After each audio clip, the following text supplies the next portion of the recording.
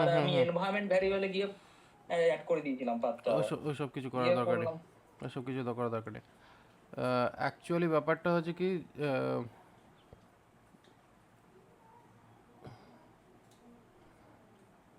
এটা তো রোটেট হয় তো নাকি? রোটেট,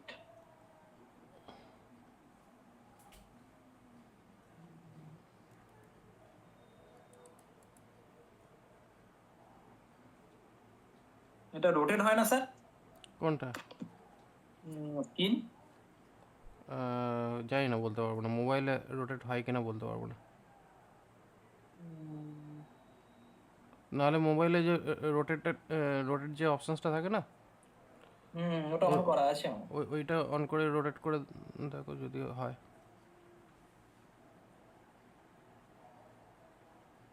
হয়েছে কি? না না, হয়নি, এখানে দিয়ে হবে। ঠিক আছে, ঠিক আছে, দেখতে পাচ্ছ, অসুবিধা নেই। না না, যদি প্রবলেম হয় তাহলে বলো, ওইদিকে ওইখানে চলে যাই তাহলে। না, এটা তো রোটেশন হচ্ছে না আর কি, এখন আমাকে ইয়েতে দেখতে হচ্ছে, ল্যান্ডস্কেপে দেখতে, অসুবিধা কিছু নেই, ঠিক আছে, অসুবিধা নেই। না, ল্যান্ডস্কেপে দেখতে হলে তাহলে তো মুশকিল হয়ে যাবে না। কোনো সমস্যা হচ্ছে? ওটার তো অটো রোটেট তো আমি অন করে দিলাম, তাও তো হচ্ছে না কেন? হওয়ার কথা একটা অ্যাপস এরকম তো হবে তাই। দেখো হচ্ছে না নাকি? না, আমি তো করতে তা পারছি না কেন? তা এইভাবে এগোবো নাকি এগোবো না বলো? না, ঠিক আছে, আমার চলবো, অসুবিধা কিছু নেই, দেখতে পাচ্ছি। ওকে, Problem নেই। ওকে। ভিএস কোডে বেসিক্যালি কী হয়, যখন আমরা ভিএস কোডে কাজ করি, হুম। স্যামটা গেল কোথায়?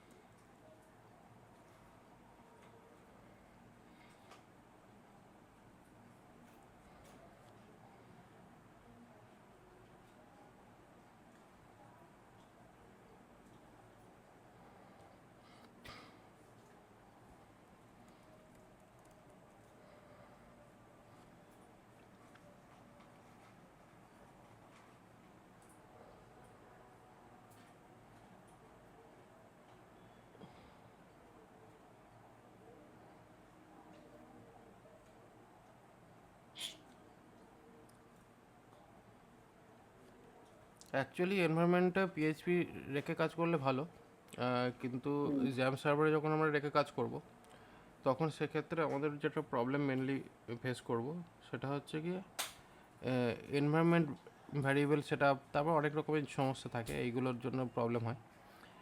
আর সব থেকে বড় কথা হচ্ছে, যখন আমরা অ্যাপ্লিকেশন ফোল্ডার হিসেবে কাজ করব, এই এইচটি ডক্সের মধ্যে আমাকে ফোল্ডার রেখেই কাজকর্ম করতে হবে।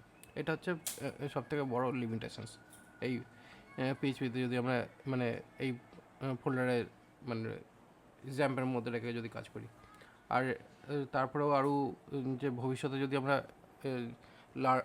লারাভেলে যখন কাজ করব, তখন লারাভেলে কাজ করতে গেলে আরও কিছু এনভায়রনমেন্ট এক্সট্রা দরকার পড়ে, যার জন্য পিএইচপি এনভায়রনমেন্টটা যদি সিস্টেমে আমরা ইনস্টল করে কাজ করতে পারি, সব থেকে বেস্ট হয়। ঠিক আছে, আচ্ছা। তাই জন্য আমি হুম। অলওয়েজ রেকমেন্ড করবো যে সিস্টেমে পিএইচপি ভরে কাজ করাটা সুবিধা। আচ্ছা, এবার হচ্ছে কি প্লাগইনস। এইখানে যখনই আমরা যাই, তখন আমাদের এখানে অনেকগুলো প্লাগইনস এরা মানে রেকমেন্ড করে। এই যে যেমন কিনা এই যে এখানে হুম। পিএইচপি ইন্টেলিফেন্স, এই যে পিএইচপি ডিবাগার, এই সমস্ত হুম। প্লাগইনস হয়তো ডাউনলোড করার কথা বলেছিল, তাই না?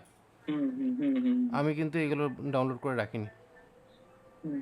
ঠিক আছে, ইভেন যখন দেখা, পিএইচপি তো অলরেডি স্যার জ্যামের ভিতরে আছে, সেটা ওই জন্য করতে বলছে আমাকে, সেটাই করবো। না না, জ্যাম্পের মধ্যে যেটা আছে সেটা আলাদা জিনিস, আর এইখানে যেটা বলছে সেটা আলাদা জিনিস। এইখানে কি আচ্ছা। হচ্ছে, এই পিএইচপি ইন্টেলিফেন্স আর পিএইচপি ডিবাগ, এই দুটো জিনিস যদি আমরা এখানে যদি ইনস্টল করি না, প্রথমত হুম। আমাদের এই ভিএস কোডটা পুরো চটকে যাবে, কাজ করবে না। আচ্ছা। ঠিক আছে, হুম। যে কারণে হুম। আমি এটা অনেকবার ভরেছি, দেখেছি, বাট ডিলিট করে দিয়েছি। হুম। আমি এটাকে ইউজ হুম। করি না, কারণ আমার ভালো লাগে হুম। না, পছন্দ না। আমি সেটাই হুম। বললাম যে পিএইচপি এনভায়রনমেন্ট এন্টে এই যে রেকমেন্ডেড বলছে বটে, বাট এটা রেকমেন্ডেড না হয় ভালো, কারণ এটা অ্যাকচুয়ালি কাজ করে না, ভিএস কোড এতে ঝুলে যায়। হুম, তো আমিও ভরিনি, আর আমি তোমাকেও বলবো যে তুমি এগুলোকে ডিলিট মারো, হুম, আনইনস্টল করে দাও। হুম, বাদ বাকি আমি যেভাবে শেখাচ্ছি সেভাবে করো। মেন হচ্ছে আমরা পিএইচপিতে, জেনারেলি পিএইচপিতে যা কোড আমরা করছি সেই পিএইচপির কোডটা হুম, এইখানে, পিএইচপির কোডের মধ্যে সবথেকে বেটার ওয়ে হচ্ছে যে আমরা কোড পিএইচপি ফাইলে লিখবো, অ্যান্ড আমরা এটাকে মেনলি ব্রাউজারে দেখব।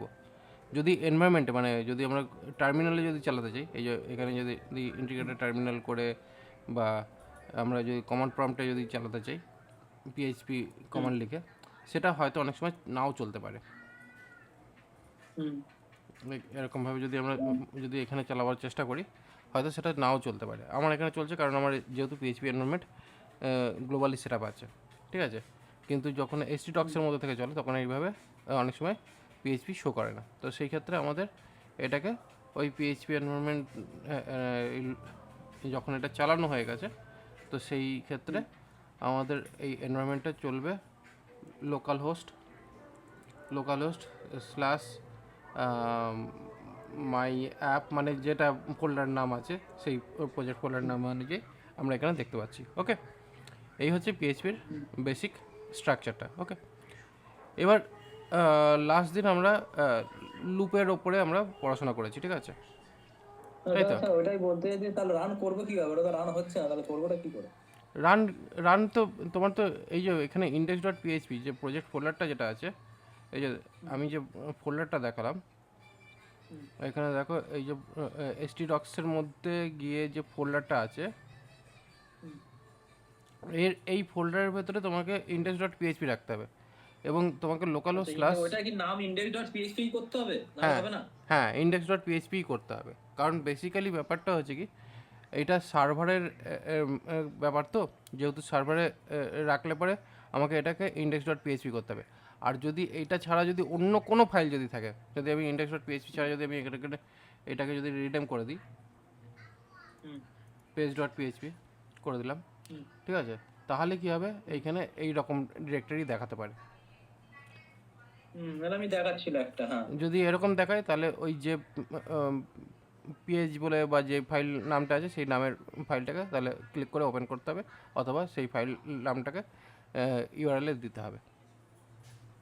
দিয়ে তারা চেঞ্জ করলে তবেই হবে, রান হবে, তাই তো? হ্যাঁ, তবেই রান হবে, আদারওয়াইজ রান করবে না। index.php রাখতে হবে। আচ্ছা। ইন্ডেক্স ডট পিএইচপিটা হচ্ছে ডিফল্ট পেজ, একটা সার্ভার, মানে এখানে যখন আমরা এই জ্যাম্প সার্ভার যখন আমরা ক্রিয়েট করেছি, জ্যাম্প সার্ভার হোক বা যে কোনো পিএইচপির যে কোনো সার্ভারই হোক, এটা নট অনলি পিএইচপি সার্ভার। আমি একটা গোল্ডেন রুল বলে দিই ওয়েব ডেভেলপমেন্টের, যখনই তুমি যে কোনো এনভায়রনমেন্টে সার্ভার পাতে যদি কোনো ফাইল রাখো, মানে এই HTML ফাইল বা পিএইচপি ফাইল বা জাভাস্ক্রিপ্ট ফাইল যদি রাখো, ওর মধ্যে ইন্ডেক্স বলে যে নামটা যেটা থাকবে সেটা হচ্ছে অ্যাকচুয়ালি ডিফল্ট ফাইল ওই এনভায়রনমেন্টের। এবার ইন্ডেক্স দিয়ে এক্সটেনশন যা খুশি হতে পারে, ইন্ডেক্স ডট পিএইচপি হতে পারে, ইন্ডেক্স ডট জেএস হতে পারে, ইন্ডেক্স ডট HTML হতে পারে, ইন্ডেক্স ডট হোয়াট এভার, এরকম আলাদা আলাদা টাইপের হতে পারে। বেসিক্যালি কী হচ্ছে, এনভায়রনমেন্টে ইন্ডেক্স যেটা থাকে ওটা হচ্ছে ডিফল্ট ফাইল।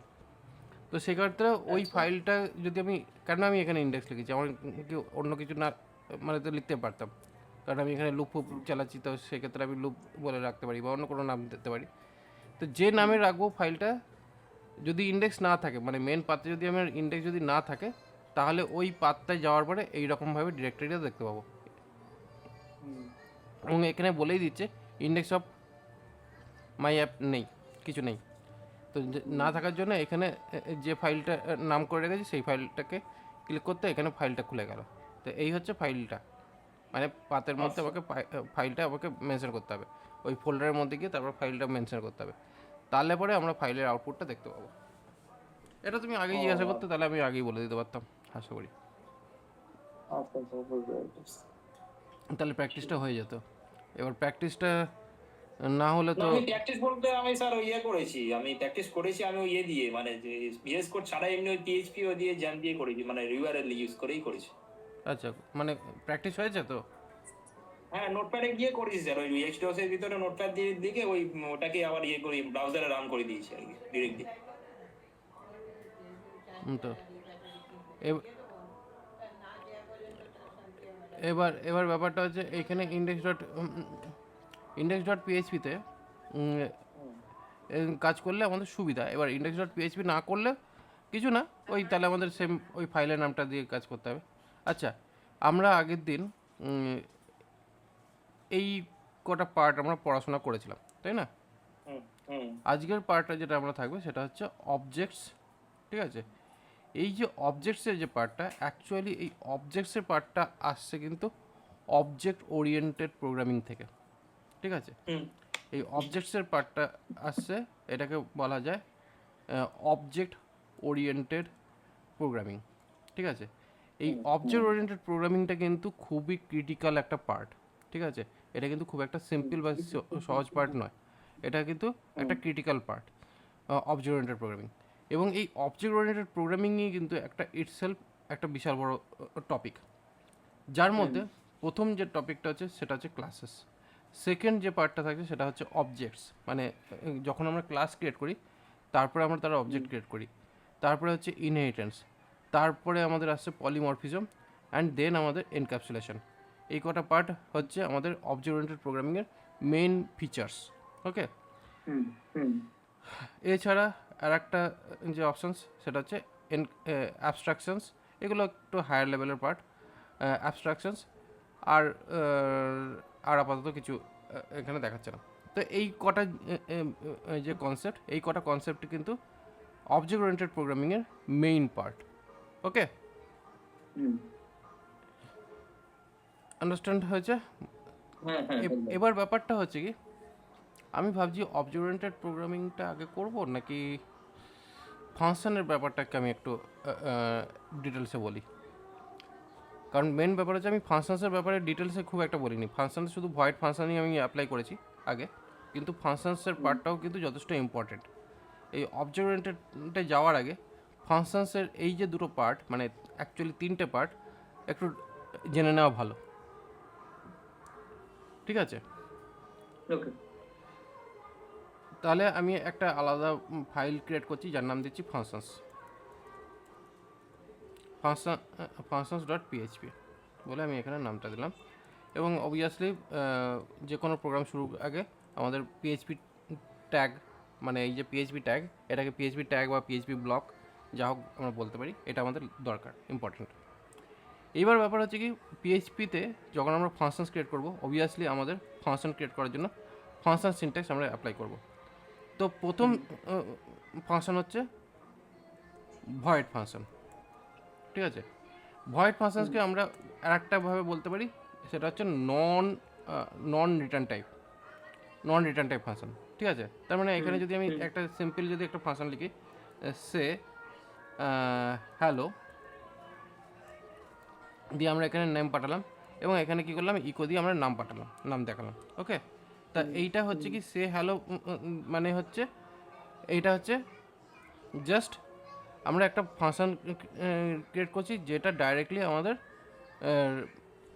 হ্যালো দিয়ে নাম দিয়ে বলে দেবে, ঠিক আছে? তার মানে এখানে বেসিক্যালি আমি করতে পারি কি, এইখানে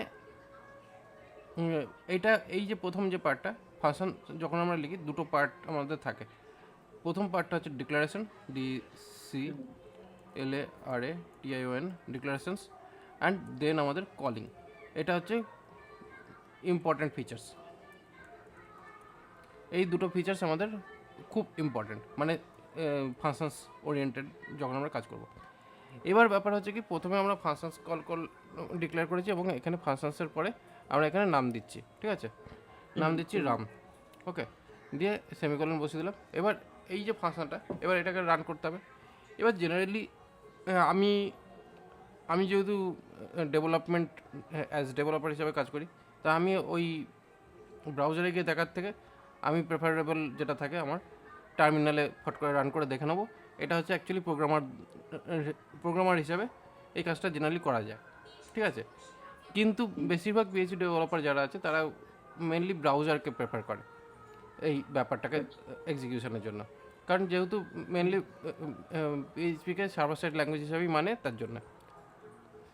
তো এই কারণে বেসিক্যালি কী হচ্ছে, আমার যে ফাংশনস ডট পিএইচপি যে ফাংশনটা ফাইলটা সেটা এসে গেছে, এবং এটাকে আমি ক্লিক করতে হ্যালো রাম আমি দেখতে পাচ্ছি। ওকে ওকে, তো এইখানে একদম। এই যে ভ্যালুটা যেটা রয়েছে, এই ভ্যালুটা কী হয়ে গেছে, এই ভ্যালুটা কী মেনশন করছে? ইনপুট প্যারামিটার, তাই তো? এটা তো ইনপুট প্যারামিটার। প্যারামিটার, ঠিক আছে, এটাকে প্যারামিটার বা আর্গুমেন্টস আমরা বলি। কিন্তু এখানে একটা জিনিস লক্ষ্য করেছো কি, যে এখানে আমরা ডট দিয়ে কনক্যাটিনেট করিনি। না করেনি, না। এটা তুমি কিন্তু মিসিং করে গেছিলে, এটাকে তুমি লক্ষ্য করোনি। আমরা তো জেনারেলি জানি যে যখনই আমরা স্ট্রিংয়ের সঙ্গে যখন কোনো ভ্যারিয়েবলকে অ্যাড করি তখন আমরা ডটটা ইউজ করি কনক্যাটিনেশনের জন্য।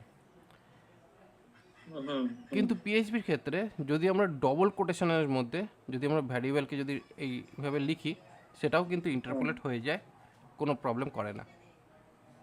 আচ্ছা। এটা কিন্তু শুধুমাত্র ডবল কোটেশনের মধ্যে হবে, কারণ আমি এখানে ডবল এবং সিঙ্গেল কোটেশন বোথ আমি এখানে ইউজ করতে পারি। যদি আমি বোথ এখানে ইউজ করি তাহলে সেক্ষেত্রে কী হলো, এই যে পার্টিকুলার যে এই ভ্যারিয়েবলটা মানে সিঙ্গেল কোটেশনের মধ্যে, এটা কিন্তু ইন্টারপোলেট হলো না। সেক্ষেত্রে আমার এইখানে এইটাকে এইভাবে লিখতে হবে, তাহলেই পরে আমার এটা ইন্টারপোলেট হতে পারে। ওকে, এটা হলো কি আমাদের ডবল কোটেশন অ্যান্ড সিঙ্গেল কোটেশনের ডিফারেন্স। এবার ব্যাপারটা হচ্ছে কি, এই যে প্যারামিটারটা, এই প্যারামিটারটা হয়ে গেছে কি আমার ইম্পর্টেন্ট প্যারামিটার। আমি যদি এই প্যারামিটারটা বাদ দিয়ে যদি আমি এখানে যদি ডিক্লেয়ার করি, হ্যাঁ, কী হবে, এরর খেয়ে গেছে। এরর খেয়ে গেছে সেটা না বলে পুরো পেজ নট ওয়ার্কিং বলছে। ওকে, এবার ব্যাপারটা হচ্ছে এই যে প্রবলেমটা হলো, এই প্রবলেমটার মানেটা কি, মানে এই প্রবলেমে তো আমি তো কিছু আউটপুটই দেখতে পাচ্ছি না, তাই না? প্রবলেম কি না প্রবলেম। এবার এইটার জন্য আমাদের এখানে কি করতে হয়, এখানে একটা পিএইচপি ফাংশন আছে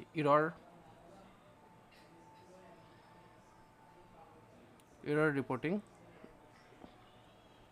1, ঠিক আছে, এইটা করা মানে হচ্ছে কি, আমার যদি কোনো এরর থাকে প্রোগ্রামে সেটাকে শো করা। কী হলো, করছে না কেন?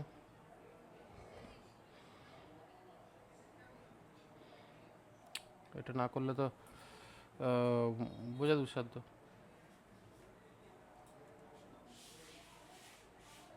এটা ঠিক আছে, page not working.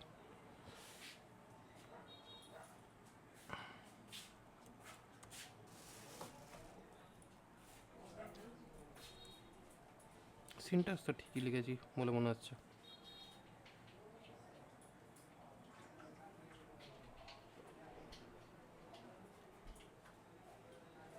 Okay, E all না লিখে আমি 1 দিয়েছিলাম। ই অল লেখা, এটা হচ্ছে অ্যাকচুয়ালি কনস্ট্যান্ট, এটা হচ্ছে কনস্ট্যান্ট অ্যাপ্লাই করা, কিন্তু এখানে এখানে ইন্টিজার বলে অপশানস দিয়েছে, তো সেই হিসাবে এটাকে বসালাম, হলো না।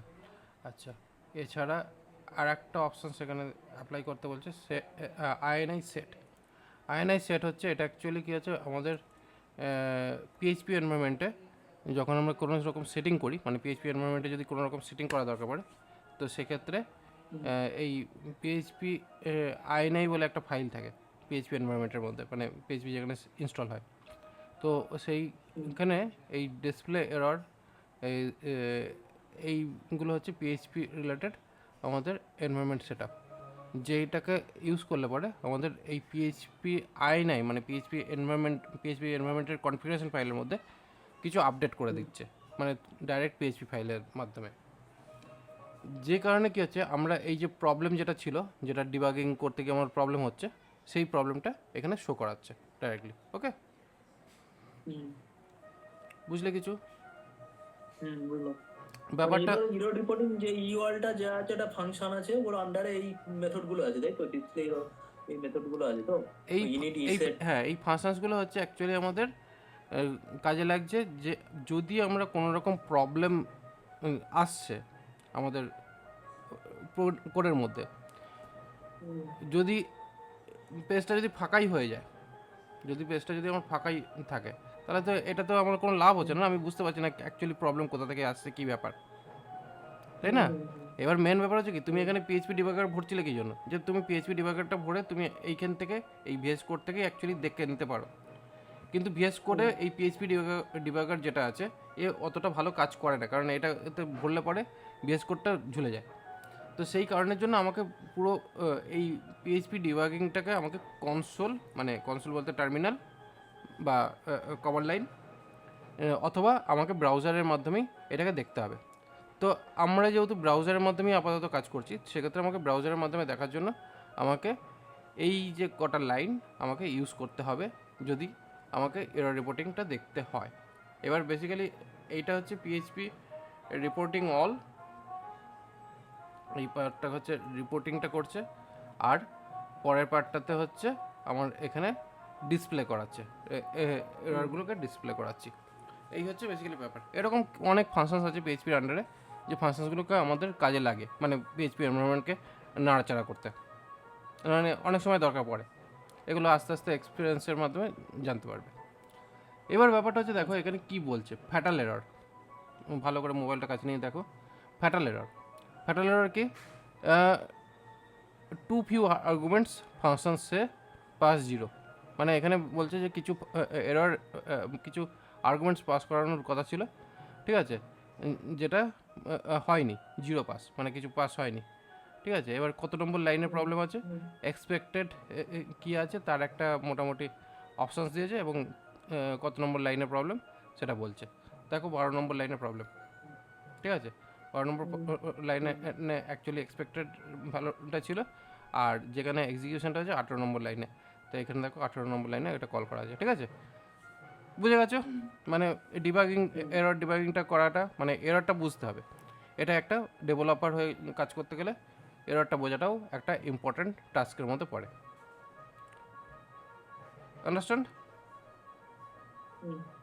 এবার হচ্ছে কি, আমরা চাইছি না যে এইখানে ভ্যালু বসাতে, আমি চাইছি না, আমি জাস্ট সে হ্যালো বলেছি, ঠিক আছে, ওকে ফাংশন কল করছি, বাট আমি এখানে এই নেমের যে ভ্যালুটা আমি এটা বসাতে চাই না। তাহলে কি করব? তাহলে এমন একটা পদ্ধতি আমাকে করতে হবে যাতে কিনা আমার এই যে প্যারামিটারটা এটা আমার অপশনাল হয়ে যায়, তাই না? মানে হয় এখানে ভ্যালু থাকবে, আদারওয়াইজ থাকবে না, যা হোক একটা। এবার এটাকে অপশনাল করতে গেলে আমাকে এই যে প্যারামিটার যেখানে আমরা বসাচ্ছি সেইখানেই আমি ইকুয়াল সাইন দিয়ে আমি এখানে জিইউইএসটি, মানে অপশনাল যে ভ্যালুটা সেটা আমি এখানে অ্যাসাইন করে দিচ্ছি। তাহলে কি হচ্ছে, আমি এইখানে যদি আমি ভ্যালু নাও বসাই তাতেও আমার কোনো প্রবলেম হবে না, গেস্ট আসছে। তার মানে বেসিক্যালি আমার এখানে ভ্যালু না বসালেও কোনো অসুবিধা নেই। আর যদি আমি এখানে যদি ভ্যালু বসিয়ে দিই তাহলে ভ্যালুটা প্রিন্ট হবে, তাহলে ভ্যালুর সঙ্গে প্রিন্ট হবে। ওকে। আর অবভিয়াসলি আমাদের ব্রাউজার রিফ্রেশ করতে হবে আপডেট করার পরপরই। এটা হলো গিয়ে আমাদের ভয়েড ফাংশনসের ব্যাপার, ঠিক আছে। এবার ভয়েড ফাংশনের মধ্যে তুমি কি ম্যাথমেটিক্যাল ক্যালকুলেশন রাখবে না কি রাখবে না রাখবে, যা রাখবে সেটা সেটা হচ্ছে ফাংশনসের ইন্টারনাল ব্যাপার, ওটা নিয়ে আমার এখন বক্তব্য বিষয় নয়। ফাংশনসের ভয়েড ফাংশনটা কীভাবে কাজ করছে এবং তার ভেতরে আমাদের প্যারামিটার কীভাবে কাজ করছে সেটা আমার দেখার দরকার ছিল, আমরা দেখলাম। ওকে, তো এই পার্টটা হয়ে গেল আমাদের ভয়েড ফাংশনসের পার্ট। এবার সেকেন্ড পার্টে আমি যাচ্ছি, সেটা হচ্ছে আমাদের return type to return type, return type. এবার এই রিটার্ন টাইপের মধ্যে আমার same function F U N C T I O N function, F U N C T I O N function, F U N C T I O N function, ফাংশনের পরে এখানে করছি কি, আমি ফাংশনের মধ্যে রাখলাম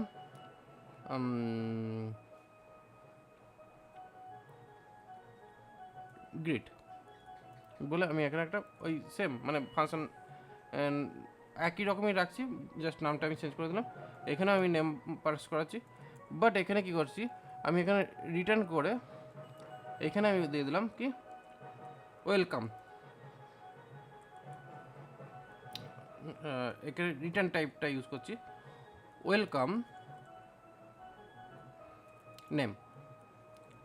ওকে, রিটার্ন টাইপ ফাংশনসের মধ্যে অবশ্যই আমাকে রিটার্ন কিওয়ার্ড অ্যাপ্লাই করতে হবে, এটা মাথায় রাখো।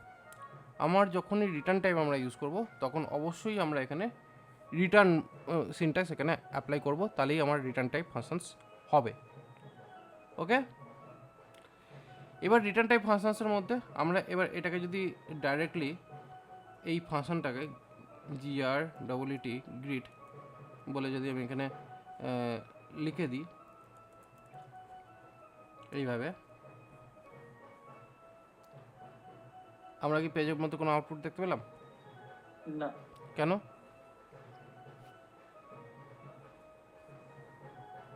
কেন?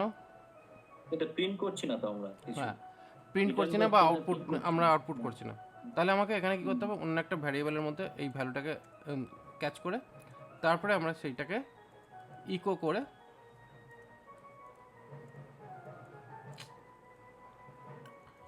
আউট যে ভ্যারিয়েবলটা ওটাকে আমি প্রিন্ট করালাম, তাহলে কি হচ্ছে আমি এখানে হ্যালো ওয়েলকাম শিবাজি এই ব্যাপারটা দেখাতে পাচ্ছি। ওকে, তার মানে আমার রিটার্ন টাইপ ফাংশনসের মধ্যে বেসিক্যালি কী হচ্ছে, এইখানে কোনো ভ্যালু কম্পোজিশন হয়ে আমি সেটাকে আউটপুটে দিলাম এবং সেই হিসাবে আমরা এখানে ডেটা আউটপুটটা পেলাম। ওকে, অবশ্যই আমরা এখানে যদি অপশনাল ভ্যালু যদি লাগিয়ে দিই GUEST গেস্ট, তাহলে আমরা এখানে যদি কোনো ভ্যালু যদি না বসাই তাহলে ওয়েলকাম গেস্ট এটাই আমরা দেখতে পাচ্ছি। ওকে স্যার, আমি যেটা বলছি একটা জিনিস, এইখানে কখন আমরা সিঙ্গেল কোড ইউজ করবো আর কখন ডবল কোড ইউজ করবো? সিঙ্গেল কোড ডবল কোড আমরা যে কোনো জায়গাতেই ইউজ করতে পারি। সিঙ্গেল কোড ডবল কোড যে কোনো জায়গাতেই আমরা ইউজ করতে পারি। সেটা ডবল কোড দিয়ে আমি ভ্যালু বাড়াতে পারতাম। হ্যাঁ, আমরা ডবল কোড দিয়েও ভ্যালু বাড়াতে পারতাম, আমরা ডবল কোড দিয়েও ভ্যালু বাড়াতে পারতাম, কোনো অসুবিধা নেই। ঠিক আছে, সিঙ্গেল কোড ডবল কোড আমরা যে কোনো জায়গায় যখন তখন আমরা ইউজ করতে পারি, but single quote double coat তখন আমরা ইউজ করব যদি কিনা আমাদের ডবল কোডের মধ্যে যদি কোনো সিঙ্গেল কোড অ্যাপ্লাই করতে হয় এই ব্যাপারটা দেখাবার জন্য।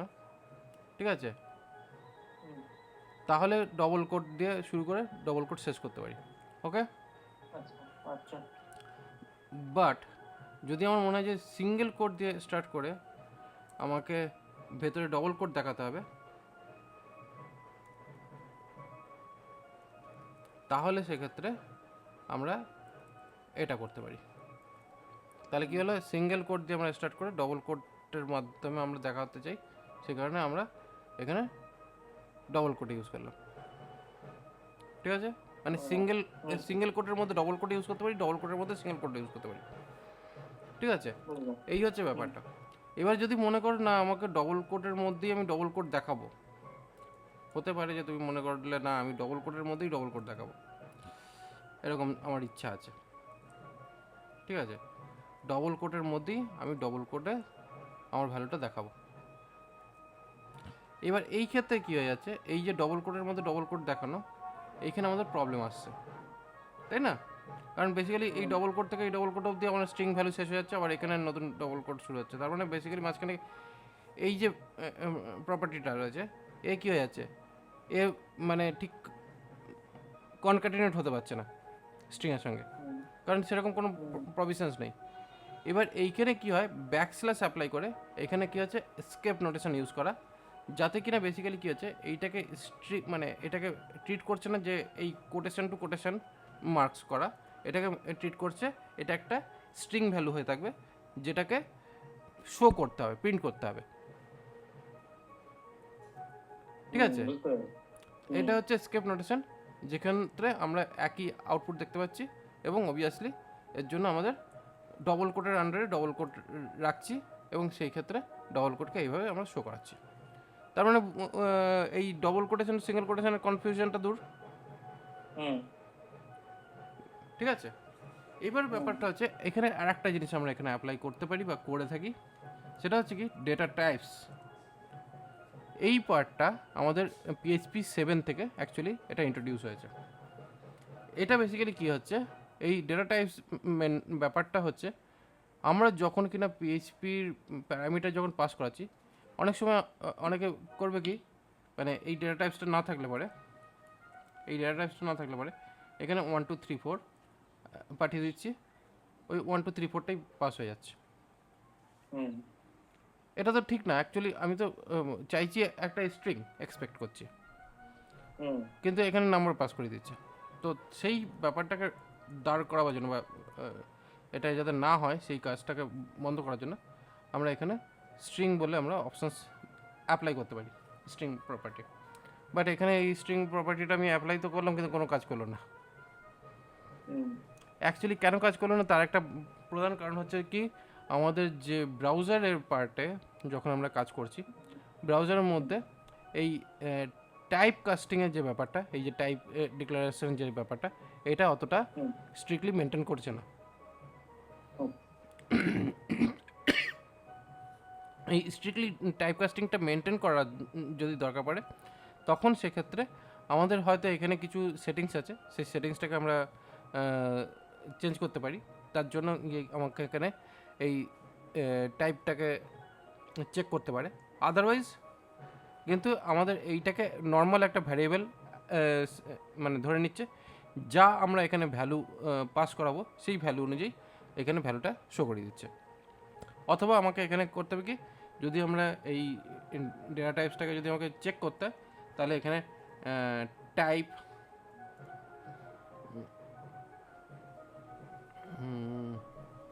গেট গেট টাইপ বলে একটা পিএইচপির ফাংশন আছে। সেইখানে আমরা ডলার নেম এখানে দিয়ে আমরা গেট টাইপ চেক করতে পারি এটা স্ট্রিং কিনা আমরা এইভাবে চেক করতে পারি।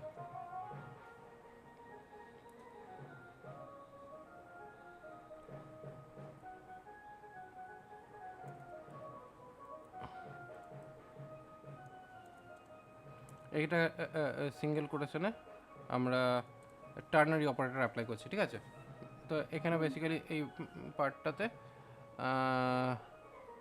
ওকে, অ্যাকচুয়ালি ব্যাপারটা হচ্ছে কি, এই যে টার্নারি অপারেটরের যে ব্যাপারটা, এই কোলনের আগের পার্টটা হচ্ছে ট্রু প্রপার্টি আর পরেরটা হচ্ছে ফলস প্রপার্টি। এখানে ট্রু প্রপার্টিতে আমি লিখতে পারি ইয়েস, ইয়েসই লিখলাম, আর এখানে নো লিখে দিলাম, জাস্ট সিম্পল। ওকে, বেশি আমি কমপ্লিকেট করতে চাইছি না। এখানে ইয়েস বলছে, ওয়াই ইয়েস? এখানে তো আমি নাম্বার বসিয়েছি, তাই না?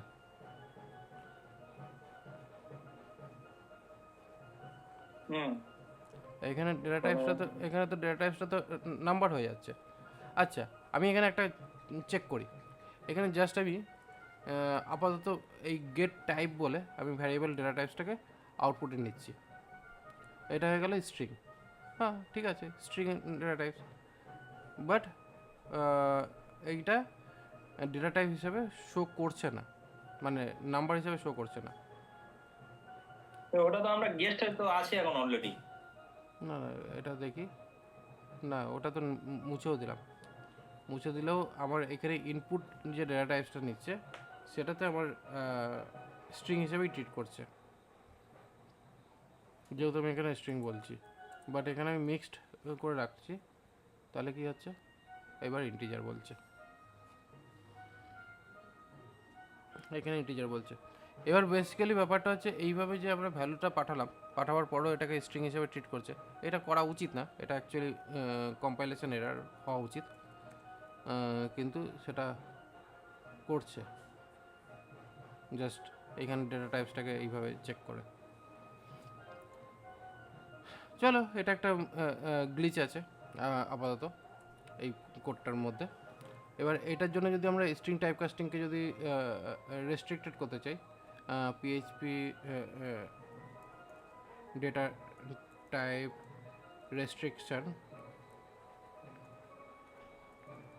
রেস্ট্রিকশনস, স্পেলিং মিস্টেক করেছি মনে হচ্ছে। তো পিএইচপি ডেটা টাইপ রেস্ট্রিকশনস যদি করি, তাহলে এখানে এই যে ইউজ ডিক্লেয়ার এইটাকে সেট করতে হবে। তাহলে হয়তো আমরা এখানে টাইপ ডিক্লারেশনসটাকে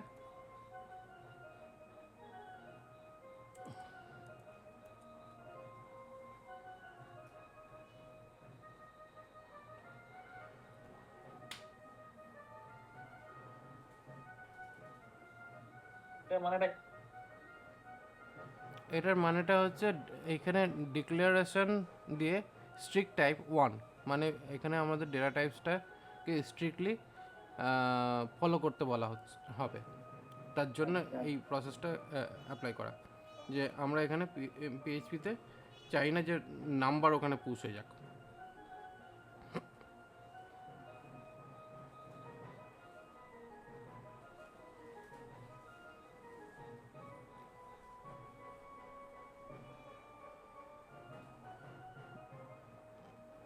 এখানে বলেছে can we restrict PHP variable value accepted.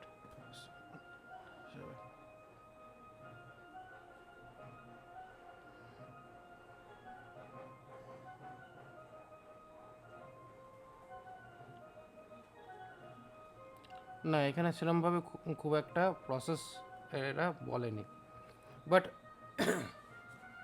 Actually ব্যাপারটা হচ্ছে কি আমরা এই রেস্ট্রিকশন টাইপটা ইউজ করে থাকি আমাদের ভ্যারিয়েবলকে আন্ডারস্ট্যান্ডিং করার জন্য, যে আমাদের স্ট্রিং ডেটা টাইপ বা নাম্বার ডেটা টাইপটাকে আমরা বোঝার জন্য। কিন্তু এই ডেটা টাইপের যে রেস্ট্রিকশনটা ওটা আপাতত পিএইচপির মধ্যে এনাবেলড হিসাবে দেখতে পাচ্ছি না। ওইটার ব্যাপারে কোনো আপাতত কোনো সেইভাবে মেসেজ নেই।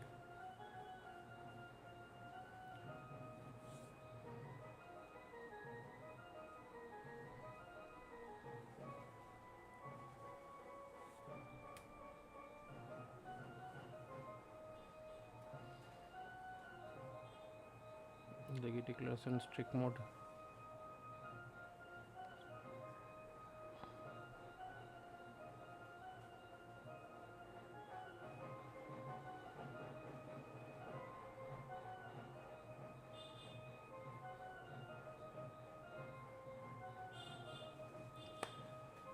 না, এখানে রেস্ট্রিকশন মোডটা সেইভাবে নেই, বাদ দাও। এখানে ডেটা টাইপসটা মেনশন করার অপশানস দিয়ে রেখেছে, বাট রেস্ট্রিকশন পার্টটা আপাতত মানে স্ট্রিক্ট করেনি। ওকে, যাই হোক, এখানে তাহলে আমরা কীভাবে পাঠাতে পারছি, আমরা এখানে ডেটা ভ্যারিয়েবল হিসাবে পাঠাতে পারছি, ডেটা টাইপও আমরা পাঠাতে পারি প্যারামিটারের সময়। এটা বেসিক্যালি আমাদের বুঝতে সুবিধা হয় যখন কিনা আমরা ফাংশনসকে কল করি। এই ফাংশনসের কলিংয়ের টাইমে আমাদের অনেক সময় আইডি কী করে রেফারেন্স দিয়ে দেয়, তো রেফারেন্সে এই ডেটা টাইপসের নামটা শো করে দেয় যে এখানে কী ধরনের ডেটা টাইপস যাবে।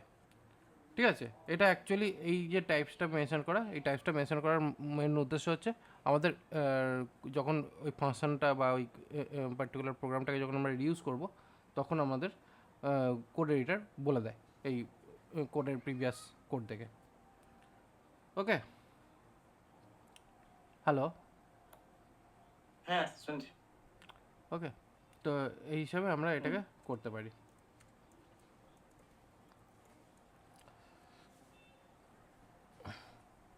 এই হয়ে গেল আমাদের গেস্ট। ওকে, এবার ব্যাপারটা হচ্ছে কি আমাদের এই ডেটা টাইপসটাকে যদি আমরা মানে যে কোনো ভ্যালু ডেটা টাইপস যদি আমরা পেতে হয় এক লাইনে, তাহলে ভার ডাম্প বলেও আর একটা ফাংশনস রয়েছে, যেটা বেসিক্যালি কী করে ভ্যালু প্লাস তার সঙ্গে ডেটা টাইপস দুটোকেই মেনশন করে। ভ্যালু তার সঙ্গে ভ্যালু ক্যারেক্টার অ্যান্ড দেন ভ্যালুটা, এটা হচ্ছে ভার ডাম্পের বেসিক্যালি প্রসেস। ভার ডাম্প বেসিক্যালি পুরো ডেটাটাকে বলে দেয় যে কীভাবে এটা কাজ করছে। ওকে, তো এই হলো আমাদের 2 নম্বর টাইপ, যেটা হচ্ছে রিটার্ন টাইপ। ওকে, এবার 3 নম্বর টাইপ। 3 নম্বর টাইপে কী ছিল মনে আছে? 3 নম্বর টাইপে আমরা কি করেছি?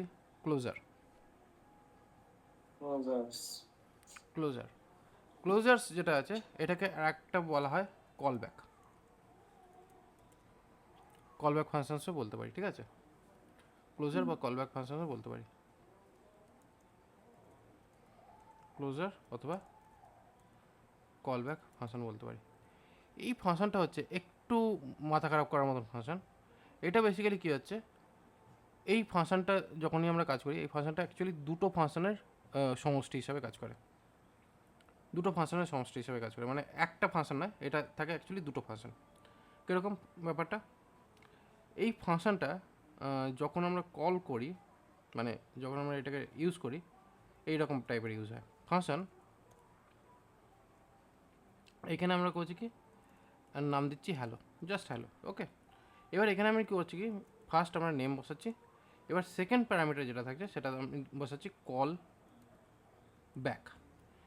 এই যে কল ব্যাক যে ফাংশনটা, মানে এই কল ব্যাক যে প্যারামিটারটা, এইটাই কিন্তু অ্যাকচুয়ালি অ্যাজ এ ফাংশন হিসেবে ট্রিট করবে। কীরকমভাবে, ধরো এখানে এটাকে আমি করছি কি ইকো, মানে এখানে আপাতত ইকোই করে দিচ্ছি ডাইরেক্টলি, এবং এটাকে করছি কি ডলার কল ব্যাক করে এইখানে আমি এই ডলার নেম যেটা আছে এটাকে আমি পাঠিয়ে দিলাম।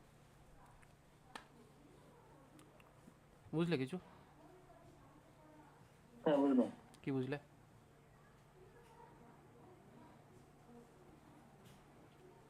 কি বুঝলে? এখানে হচ্ছে ওরা এইখানে আমি বুঝতে পেরেছি যে ফাংশনটা যেটা আছে দুটো প্যারামিটার আছে স্যার। হুম এটা আছে ডলার নেম আর আছে ডলার কল ব্যাক। হুম ঠিক আছে, এবার ডলার কল ব্যাকের যে মানে হচ্ছে এটা হলো আমার ডিক্লারেশন ফাংশনের, ঠিক আছে। এবার নেমটা আমি পাঠালাম, কল ব্যাকটাও আমি পাঠালাম, বাট এখানে আমি কিছু তেমন ইমপ্লিমেন্টই করলাম না। ডলার কল ব্যাক কল করে এখানে ব্র্যাকেট দিয়ে নেমটাকে পাস করে দিলাম। তাহলে কী হলো, ব্যাপারটা কী হলো, আউটপুট কী আসবে, এটা আউটপুটটা কী আসবে, কিছু বোঝা যাচ্ছে কী আসবে? এখানে আউটপুটটা তাহলে ডলার নেমের যে ভ্যালুটা আবার ডলার কল ব্যাকে যাবে। তার মানে এখানে যদি আমি হ্যালো হ্যালো ফাংশনটাকে যদি কল করি, হুম, তাহলে আমার হুম, এখানে হ্যালো ফাংশনটা কীরকম থাকছে, হ্যালো ভালো দুটো ফাংশন। এসএইচ ওয়াইএম হ্যালো সাম বললাম। হুম, এবার এই সামটা তো পাঠিয়ে দিলাম। হুম, এবার এবার আমি এখানে যেই করব কি বলছে, এখানে ওই এই আনকট ব্যাপারটা। Argument count error, few arguments required, pass one parameter, একটা প্যারামিটার পাস হয়েছে, এক্সপেক্টেড টু, এখানে দুটো দুটো এক্সপেক্ট দিতে হবে। করছে, লাইন নাম্বার 32-তে প্রবলেম শো করছে, যেটাকে অ্যাকচুয়ালি ডিক্লেয়ার করা হয়েছিল 28 লাইন নাম্বারে, ওকে। হুম, তারপরে 28 লাইন নাম্বারের ডিক্লারেশন, 32-তে প্রবলেম। তার মানে এখানে বেসিক্যালি আমার স্যামটা যেটাকে কল করলাম, তার মানে এখানেও আমাকে কিছু একটা পাস করাতে হবে, তাই না? আমি যদি এখানে যদি হুম, এ বি সি পাস করে দিই, এবার হবে কি হলো, সেই, কি বললো এখানে, বলছে আনকট এরর আনডিফাইন্ড ফাংশন এবিসি। এবার ফাংশন এবিসি কী করে হলো? ডবল কোডের ভিতর নেই তো। আমরা কি এখানে ডবল ফাংশন, আমরা তো ফাংশন পাস করিনি, এখানে তো একটা এবিসি পাস করেছি প্যারামিটার, বাট এ বলছে ফাংশন এবিসি। কেন ফাংশন এবিসি কী করতে?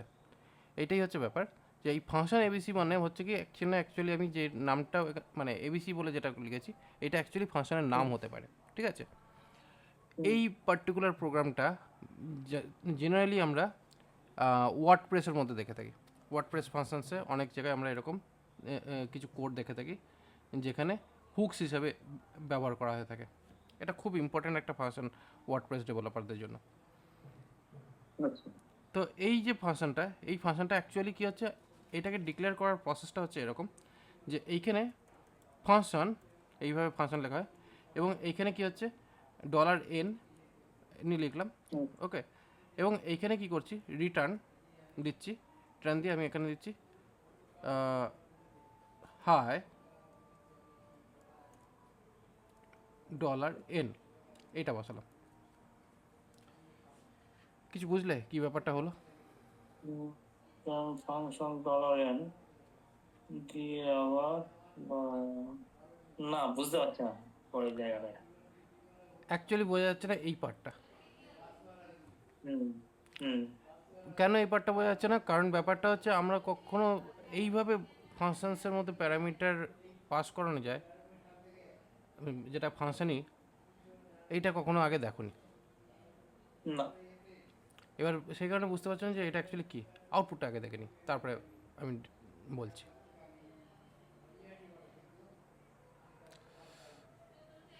ও, এখানে প্লাস সাইনটা চলবে না, এখানে এইটা দরকার।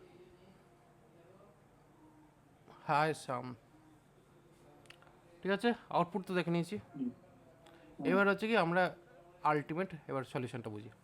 সলিউশনটা কি, দেখো এইখানে এই যে হ্যালো যে ফাংশনটা, এই যে হ্যালো যে ফাংশনটা, এখানে কি হয়েছে, দুটো প্যারামিটার এখানে পাস করানো হয়েছে। ওকে, হুম, ফার্স্ট প্যারামিটারটা কি ছিল, নাম, আর সেকেন্ড প্যারামিটারটা কি ছিল, কলব্যাক। কল ব্যাক, হ্যাঁ। কলব্যাক মানে হচ্ছে এখানে এইটাকে আমরা বলছি যে এ কল করে ব্যাক করবে ডেটা। তো এখানে কি হচ্ছে, আমরা যখনই ফাংশন করছি, এটা কি ফাংশনকে তো কল করছি না, হুম, মানে ফাংশনকে তো কলই করি, তো এখানেও তো আমরা ফাংশনকে হুম, কলই করছি। হুম, আর ব্যাক করছি কি, ভ্যালু নেমটা, হুম, তার জন্যই এটাকে নাম দিয়েছে কলব্যাক। ওকে, হুম, এইবার ব্যাপার হচ্ছে যখন আমরা এখানে ফার্স্ট পার্টে আমরা ভ্যালু পাস করে দিয়েছি, সেকেন্ড পার্টে আমরা একটা ফাংশন কল করেছি, ঠিক আছে। হুম, এই ফাংশনের কোনো নাম হুম, নেই, চাইলে দিতে পারো,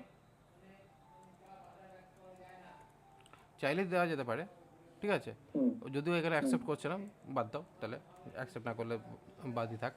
তো এখানে বেসিক্যালি ফাংশনের আমরা এখানে এই যে ফাংশনটা যেটা আমরা লিখেছি এইটাকে বলা হয় ক্লোজার ফাংশন। মানে বেসিক্যালি কী করছে, ফার্স্ট পার্টে কাজ মিটছে না, সেকেন্ড পার্টে ফ্লো করতে হচ্ছে ডেটাটাকে পাওয়ার জন্য, সেই কারণে এটাকে ক্লোজার বলছে। মানে এইটা দিয়ে অ্যাকচুয়ালি আমাদের পুরো ফাংশনের যে কাজটা সেটাকে ক্লোজ করছে। এবার এই ফাংশনটার হচ্ছে ইম্পর্ট্যান্ট ফাংশন, যেটা আমরা ইউজ করে আমরা আমাদের মেন সিস্টেমকে কোনো মেসেজ পাঠাতে পারি। বেসিক্যালি কী হচ্ছে, এইখানে আমরা মেসেজ কি রেডি করেছি, হাই, এইখান থেকে যে হুম। ভ্যালুটা পাবে সেটাকে শো করাবে। কে শো করবে, করবে তো হ্যালোই, জাস্ট আমি এখানে হুম। নামটাকে কম্পোজ করে দিয়েছি আমার ইচ্ছা, আমার দরকার মতন। না, এই এই যে ফাংশনটা, সেকেন্ড ফাংশনটা ডলার এন্টার লেখা আছে, হুম, এইটা কি তাহলে ওই কলার যেটা ওই ব্যাক হচ্ছে, সেট ব্যাক হচ্ছে, সেটাকে ক্যাচ করছে? হ্যাঁ, বেসিক্যালি এই যে নেম যেটা আছে এটা হচ্ছে আমার হুম, প্যারামিটারটা, মানে এই হুম, প্যারামিটারটা এখানে পাস করেছে, এই যে প্যারামিটারটা এইখানে গেছিলো, এখান থেকে এখানে ঢুকে গেছে। এবার এ হুম, করেছে কি, এই প্যারামিটারটাকে ধরে এইখানে প্রিন্ট করাচ্ছে, তার মানে বেসিক্যালি এই যে প্যারামিটারটা ঘুরে এইখানে আসছে। আচ্ছা, ওই ফাংশন ডলার এর মধ্যেই আসছে। হ্যাঁ, ডলার এনের মধ্যেই আসছে, ঠিক আছে।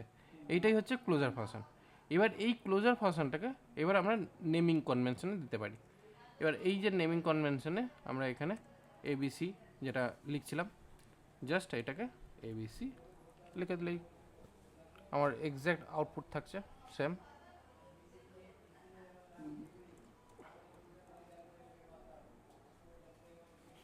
ওকে, হুম, বেসিক্যালি আমাদের কী দাঁড়াচ্ছে, আমরা ফাংশন কল করলাম এবং আর একটা ফাংশনও কল করলাম, এই ফাংশনটাকে অ্যাজ স্ট্রিং পাঠিয়ে দিলাম এবং এই যে ভ্যালুটা, সেই ভ্যালুটা এইখান থেকে ক্যাচ করে এখানে শো করছে। হুম, একটু কমপ্লিকেটেড ব্যাপারটা, বুঝেছি। যথেষ্ট ইম্পর্টেন্ট পার্ট কিন্তু।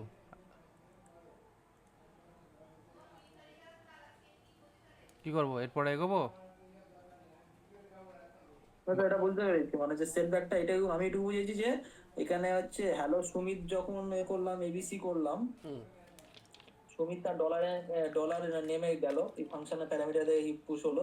তো সেট ব্যাকটা হচ্ছে তখন কি করছে, ওই ওই যে ডলার এনে এনে তো সুমিতটা ছিল, সেটাকে সেট ব্যাক করে ডলার, ওই ডলার নেমের মধ্যে রাখছে। হুম, এবার ওই যে ফাংশনটা যখন ক্রিয়েট করলাম, যে এবিসি যে ফাংশনটা এখানে করলেন, হুম, সেই এবিসি ফাংশনটার কাজটা হচ্ছে ওই ডলার নেমটা যে ক্যাশটা সেট ব্যাক করে সেই ভ্যালুটাকে ধরে রাখা, হুম, ধরে রেখে এই হাই ডট এসএন ডলার এনে ভ্যালুটা পুশ করে প্রিন্ট করে দিয়েছি। ঠিক আছে, এই অবধি ক্লিয়ার। হুম, ওকে, হুম, তাহলে আমাদের গেল আজকে ফাংশনসের কাজ কমপ্লিট। এবার নেক্সট আমরা কাজ করব যেটা, সেটা হচ্ছে ওবিজে ডট পিএইচপি অবজেক্ট, ঠিক আছে। হুম, কারণ আমি বলেছিলাম যে ফাংশনের পার্টটা বোঝানোটা দরকার, কারণ ফাংশনের পার্টটাতেও অনেক কাজ হয় এবং এই যে তিনটে যে অপশানস আমি যে বোঝালাম, এই তিনটে অপশানসের মধ্যেই অ্যাকচুয়ালি আমাদের সমস্ত পিএইচপি ফাংশনস যত রয়েছে, মানে পিএইচপিতে যত রকমের ফাংশনস আমরা দেখতে পাই, এই তিনটে টাইপের ফাংশনসের উপর বেস করেই সমস্ত কাজ হচ্ছে। এর বাইরে আপাতত পিএইচপিতে কোনো ফাংশন নেই, ঠিক আছে। তো এবার হচ্ছে কি অবজেক্টস। এবার পিএইচপির অবজেক্টস একটু কনফিউজিং। কীরকম, পিএইচপির অবজেক্টস অ্যাকচুয়ালি ডিফাইন করার জন্য আমরা জেনারেলি আগের দিন আমরা দেখেছিলাম কি স্টুডেন্টস নিয়ে আমরা একটা ব্যাপার দেখেছিলাম। এখানে আমরা এই স্টুডেন্টসের কি ভ্যালু পেয়ারিং আমরা দেখতে পেয়েছিলাম 2D অবজেক্ট, ঠিক আছে। আমি সেই 2D অবজেক্টটাকে এখানে জাস্ট আমি কপি পেস্ট করলাম। এবার এই যে ব্যাপারটা, এটা আমি বলেছিলাম কি এটা অ্যাকচুয়ালি অ্যারে, তাই না? হুম অ্যারে হিসেবে শো করছিল, এবং অ্যারেতে আমরা কি করি, অ্যারেকে যখন আমরা প্রিন্ট করি ইকো, তাহলে ওখানে কী হচ্ছে, আমরা এখানে স্টুডেন্টস STUDENTS স্টুডেন্টস, এখানে 0 কোঅর্ডিনেটের আমরা নেমটাকে শো করাতে চাই। তাহলে আমরা এখানে 0 কোঅর্ডিনেটের নেমকে শো করাবার জন্য আমরা এই ফাইলটাকে কল করব। তাহলে এবার এখানে সিসির কল করলাম, তাহলে আমরা এখানে সিসির আমরা দেখতে পাচ্ছি, রাইট? হুম এটা সিম্পল ব্যাপার, সিম্পল জিনিস। হুম বাট আমরা এটাকে অবজেক্টে কনভার্ট করতে চাই, এই পুরো ব্যাপারটাকে আমরা চাই অবজেক্টে এটা কনভার্ট হয়ে যাক। এবার এইটাকে অবজেক্টে কনভার্ট করার জন্য এইখানে অবজেক্ট কনভার্সন প্রসেস যেটা রয়েছে, মানে এটা হচ্ছে কি অ্যারে রয়েছে, অ্যারে টু অবজেক্ট কনভার্সন আমরা করতে পারি যদি চাই। তার জন্য আমাকে বেসিক্যালি করতে হবে কি, এই ডেটা টাইপসের আগে OBJECT অবজেক্ট, এই ডেটা টাইপসটাকে যদি আমরা ইউজ করি তাহলে এটা হয়ে যায় অবজেক্টস।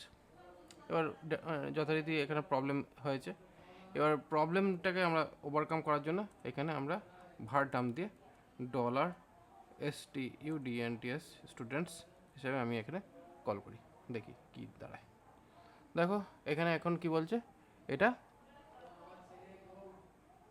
এটা কি বলছে, অবজেক্টস হিসাবে STD ক্লাস অবজেক্ট হিসাবে শো করছে, ঠিক আছে। যদি আমি এই জিনিসটা না থাকতো, মানে এই পার্টটা যদি আমি না করতাম এই পার্টটা, তাহলে এর আগে কি ছিল, অ্যারে ছিল, 2 ডাইমেনশনাল অ্যারে, ওকে। এবং 2 ডাইমেনশনাল অ্যারে থাকার কারণে কী হচ্ছে, এখানে ইন্ডেক্স কি ছিল 0 অ্যান্ড 1, ঠিক আছে। এবার তারপরের পার্টে আমাদের এইভাবে ছিল, এবং যখনই আমরা এটাকে টাইপ কাস্টিং OBJECT অবজেক্ট বললাম, তখন এর টাইপ কাস্টিং চেঞ্জ হয়ে STD ক্লাস অবজেক্ট এইভাবে শো করছে, ওকে। হুম এবার এই যে অবজেক্ট যে ব্যাপারটা হয়ে দাঁড়াচ্ছে, এই অবজেক্টের মধ্যে এবার একটা সমস্যা আছে। এবার এই অবজেক্টের সমস্যাটা কীরকম, অবজেক্ট যখন আমরা এটাকে ট্রিট করছি, এখানে হয়ে গেছে 2 ডাইমেনশনাল অবজেক্ট, 2 ডাইমেনশনাল অবজেক্ট। এবার এই 2 ডাইমেনশন অবজেক্টকে আমাদের অবজেক্ট ভ্যালু জেনারেলি আমরা যখন পাই, অ্যাকচুয়ালি 2 ডাইমেনশন অবজেক্ট থেকে আমি আগে সিঙ্গেল ডাইমেনশন অবজেক্ট আগে বুঝি, তারপরে 2 ডাইমেনশন অবজেক্টে যাব। এবার সিঙ্গেল ডাইমেনশন অবজেক্ট হচ্ছে বেসিক্যালি আমাদের এই যে থার্ড ব্র্যাকেটের মধ্যে এই যে ভ্যালুসগুলো রয়েছে, এইটাকে আমি আপাতত দেখি। তা $STUDENT স্টুডেন্ট ইকুয়াল টু এইটাকে আমি রাখছি, যেটা হচ্ছে আমার আপাতত সিঙ্গেল ডাইমেনশনের একটা অ্যারে ভ্যালু, ঠিক আছে। এটা জাস্ট আমি একটা অ্যারে ভ্যালু যেটা আমি এখানে রাখছি, এটাকে দেখি এখানে আমরা অ্যারে হিসেবে দেখতে পাচ্ছি, তাই না? অবভিয়াসলি যদি আমরা এখানে নাম যদি দেখতে চাই, তাহলে এখানে জাস্ট এখানে নেম প্রিন্ট করতাম এবং আমরা এখানে নেমের আউটপুটটা দেখতে পেতাম, রাইট? এবার ব্যাপার হচ্ছে কি, যখনই আমরা এটাকে অবজেক্টে কনভার্ট করব, জাস্ট আমার অবজেক্ট কনভার্সনের জন্য এইটুকুই শুধু করতে হচ্ছে, এবং তাতে আমাদের এটা অবজেক্টে কনভার্ট হবে, মানে হবে। এবার অবজেক্টে কনভার্ট হলে কীরকম হয়, জাস্ট আমরা আপাতত এইভাবে দেখে নিচ্ছি। এবার অবজেক্টে কনভার্ট হলে কী হয়, অবজেক্টকে প্রিন্ট করার উপায়টা হচ্ছে, মানে যখন আউটপুটে দেখানো হয় তখন এখানে স্টুডেন্ট এই হচ্ছে অবজেক্টের যে আমরা জাভা বা অন্য কোনো প্রোগ্রামিংয়ে ডট সাইন ইউজ করি, এই ক্ষেত্রে আমরা এটাকে এইটাকে ইউজ করি ভ্যালুটাকে শো করার জন্য, ঠিক আছে। এই অ্যারো সাইনটা, এটা হচ্ছে অ্যাকচুয়ালি আমাদের অবজেক্ট নোটেশন, ঠিক আছে। আমাদের অবজেক্ট নোটেশনটা হচ্ছে এটা। এবার এইখানে যখনই আমাদের মাল্টিপল লাইনের যখন ব্যাপারটা দাঁড়াচ্ছে, যদি আমার এই জিনিসটা হয়ে যায়, তাহলে সেক্ষেত্রে আমাদের এখানে স্টুডেন্টস যদি আমরা এখানে শো করি, তাহলে এখানে আমাদের এই অবজেক্টটা এইভাবে শো করাটা একটু সমস্যা। তাহলে সেক্ষেত্রে আমি এখানে 0টাকে ধরে করা যাবে কি,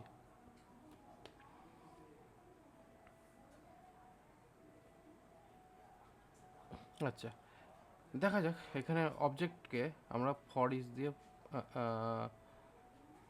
অবজেক্টকে আমরা ইকো ডলার students স্টুডেন্টস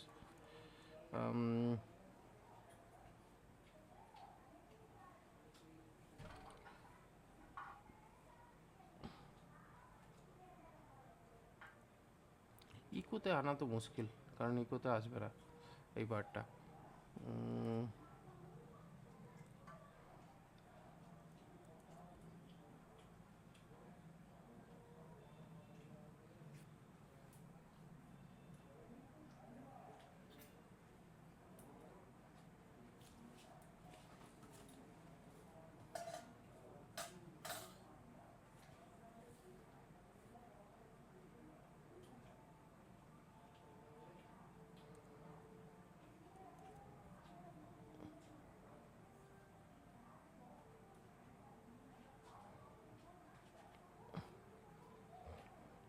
এইভাবে অবজেক্ট ডিফাইন করে কাজ করাটা একটু টিপিক্যাল আছে, কারণ বেসিক্যালি প্রথম যে পার্টটা রয়েছে, প্রথম পার্ট হচ্ছে আমার অ্যারেতে রয়েছে। তো সেই কারণে আমার এটা যাই হিসাবে থাকুক না কেন, আমাকে প্রথমত এটাকে অ্যারেতে কনভার্ট করে নিতে হবে, মানে ফার্স্ট পার্টটা আমার অ্যারেই থাকবে, ঠিক আছে? কারণ অ্যারে না হলে আমরা ফার্স্ট পার্টটাকে বার করতে পারবো না, এবং ফার্স্ট পার্টটাকে বার করার পরই আমরা সেকেন্ড পার্টের ভ্যালুটাকে অবজেক্টে কনভার্ট করতে পারি। তাতে কী হবে, আমাদের জিনিসটা দেখাতে সুবিধা হয়। ওকে, এবার মেন ব্যাপার হচ্ছে আমাদের ফার্স্ট পার্টটাকে যদি মানে দুটো পার্টকে ধরে যদি আমরা অবজেক্ট করে দিই, ভার ডাম্প করে আমরা দেখতে তো পাচ্ছি, বাট সেটাকে আমি ক্যাচ করতে পারছি না। তার মেন কারণ হচ্ছে যে ওখানে আমার ডেটা ভ্যালুটাকে প্রিন্ট করার জন্য আমার প্রপার ডেটা এক্সট্রাকশনটা হচ্ছে না। আর এটাকে আমি আর একটা ট্রাই করে দেখতে পারি, সেটা হচ্ছে আমাদের এই অবজেক্টটাকে ফর ইচ এটা সাপোর্ট করছে কিনা। ফর ইচের জন্য এখানে dollar students students as dollar stust just st লাগছে। এবার এর মধ্যে আমরা করছি কি, echo dollar st equal to name করে এখানে জাস্ট আমি ব্রেক ট্যাগ অ্যাপ্লাই করে দেখতে চাই যে এটা অ্যাকচুয়ালি কিছু আউটপুট শো করাতে পারছে কিনা। না, তেমন কিছু আমি এর ভেতর থেকে রেসপন্স পাচ্ছি না। তাহলে আমাকে প্রথমত এইটাকে যদি এই প্রসেসে যদি রাখতে, অ্যাসোসিয়েটিভের ভিতর আরেকটা তো নিতে হবে না? হুম যেহেতু ডবল এর তো অ্যাসোসিয়েটিভের জন্য তাহলে তো 2D, তাহলে তো আরেকটা ফর লুপ চালাতে হবে। হ্যাঁ, না, ফর লুপ আর একটা চালাতে হয় না, কারণ এখানে বেসিক্যালি কী হচ্ছে, যতক্ষণ আমাদের স্টুডেন্টস ডেটা থাকছে, তাই না, যতক্ষণ আমাদের স্টুডেন্টস ডেটা থাকবে ততক্ষণ আমাদের স্টুডেন্ট অবজেক্ট বার করবে, এইটাই তো ফর ইচের প্রসেস। এবার বেসিক্যালি কী হচ্ছে, এই যে প্রসেসটা আছে এটাকে আমি আপাতত অ্যারে বানিয়ে দিয়েছি, তাই ঠিক আছে? তা সেই হিসাবে আমি এখানে অ্যারে হিসাবে এখন এই ডেটাটাকে পেয়ে যাব, এই যে অ্যারে হিসাবে আমি এখানে ডেটাটা পেয়ে যাব পরপর, ঠিক আছে? শিবাজি পেয়ে গেলাম। কারণ বেসিক্যালি কী হচ্ছে, আমি তো এখানে যতগুলো আমার স্টুডেন্টস ডেটা রয়েছে ততগুলো আমার অবজেক্ট রিটার্ন করছে, ততগুলো আমার অ্যারের ডেটা রিটার্ন করছে। ফার্স্ট পার্টের জন্য ফার্স্টেরটা, সেকেন্ড পার্টের জন্য সেকেন্ডেরটা।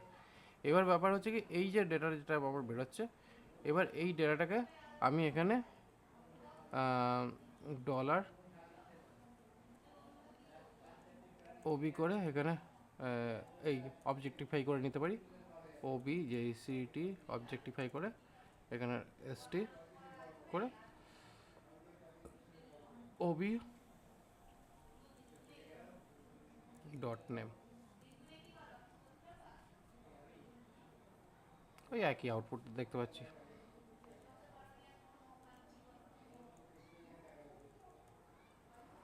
লোকেশন, ঠিক আছে? এই হচ্ছে বেসিক্যালি আমাদের ডেটাটাকে মানে ফার্স্ট পার্টের যে ডেটাটা সেটা আমরা স্ট্রিং থেকে আমরা স্ট্রিং নয়, অ্যারে থেকে আমরা ডেটাটাকে পাস করে নিচ্ছি, এবং দেন আমরা ওটাকে অবজেক্টিফাইতে কনভার্ট করে আমরা ওটাকে দেখতে নিতে পারছি। এটা হচ্ছে সিম্পল অবজেক্টিফিকেশন, ঠিক আছে?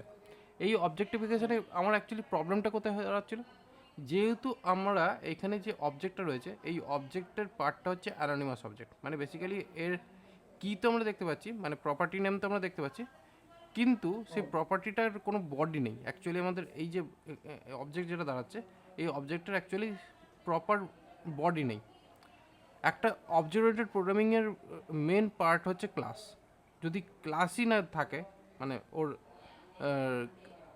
মানে বেসিক্যালি কী বলে, একটা গাড়ি চালাচ্ছে তার ইঞ্জিন নেই, অনেকটা ওই রকম টাইপের, ঠিক আছে? এবার গাড়ি চালানো হচ্ছে কিন্তু ইঞ্জিন নেই, তাহলে কি সেটা গাড়ি নয়? এরকম তো অনেক গাড়ি আছে যার যে গাড়ির ইঞ্জিন নেই, তা সত্ত্বেও সেটাকে গাড়ি হিসেবে আমরা মানি। এরকম গরু গাড়ি, ঠেলা গাড়ি, সাইকেল, ইঞ্জিন কোথায়?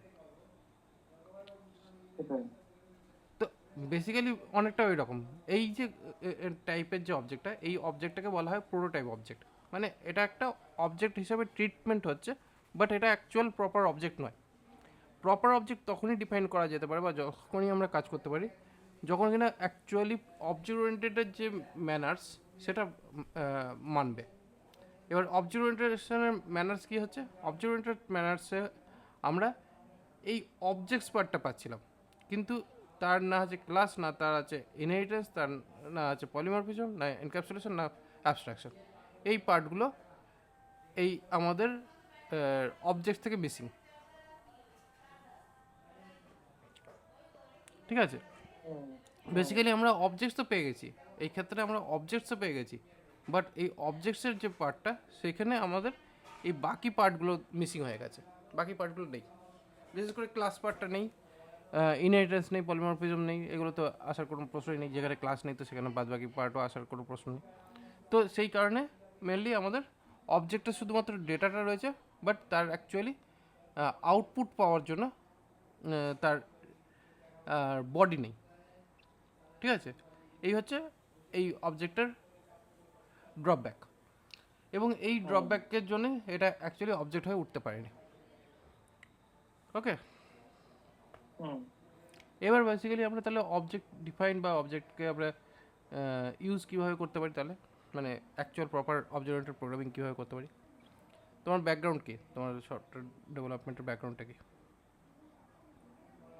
আমি তো জাভা টাভা পড়েছিলাম আগে। যাওয়া টাওয়া করেছিল, তাহলে ঠিক আছে, তাহলে ব্যাপারগুলো বুঝতে অসুবিধা হবে না। তাহলে এবার আমরা অবজেক্ট ওরিয়েন্টেড প্রোগ্রামিং আমরা শুরু করছি। আমি এখানে oop.php বলে আমি এখানে উপস ক্রিয়েট করছি।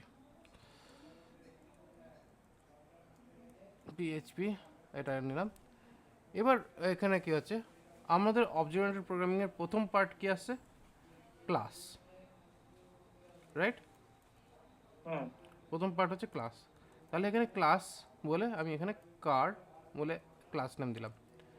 অবভিয়াসলি ক্লাস হচ্ছে সিনট্যাক্স এবং কার আমাদের এখানে main class name.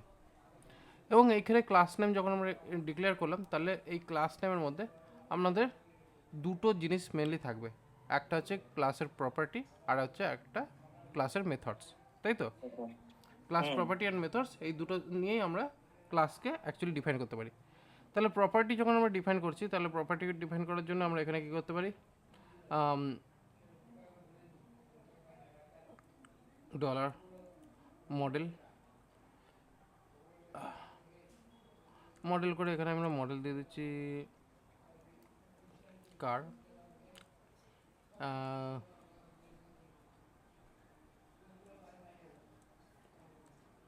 Four colour white, just এরকম কিছু ডিটেলস আমরা বসে দিলাম।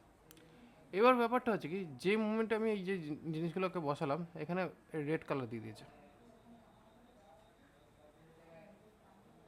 রেড কালার বসাচ্ছে কেন? প্রবলেমটা কি? প্রবলেমটা হচ্ছে, যদি আমরা এখানে এই কারের মেম্বার আমরা ডিক্লেয়ার করছি, মানে যখন আমরা এই পিএইচপির ক্লাস ডিফাইন করি, পিএইচপির ক্লাস ডিফাইন করলে এখানে আমাকে স্পেসিফায়ার দিতে হবে, অ্যাক্সেস স্পেসিফায়ার এখানে মেনশন করতে হবে, এবং অ্যাক্সেস স্পেসিফায়ার মেনশন করার জন্য এখানে আমাকে পাবলিক মানে প্রাইভেট পাবলিক প্রোটেক্টেড এই ব্যাপারগুলো আমাকে রাখতে হবে। আপাতত আমি পাবলিক বলেই রাখছি সব কটা, যাতে আমার এখানে পাবলিকলি অ্যাক্সেসেবল আছে। তাহলে এখানে কী হলো, আমার এটা অ্যাক্সেসেবল হয়ে গেল, মানে ইউজ মানে এখানে আমরা ডিক্লেয়ার করতে পারলাম প্রপার্টিগুলো। এবং অবভিয়াসলি প্রপার্টি ডিফাইন করার পরে আমি যদি এটাকে যদি এইভাবে উইদাউট ভ্যালুও যদি রেখে দিই, তাতেও খুব একটা আমার অসুবিধা আসছে না।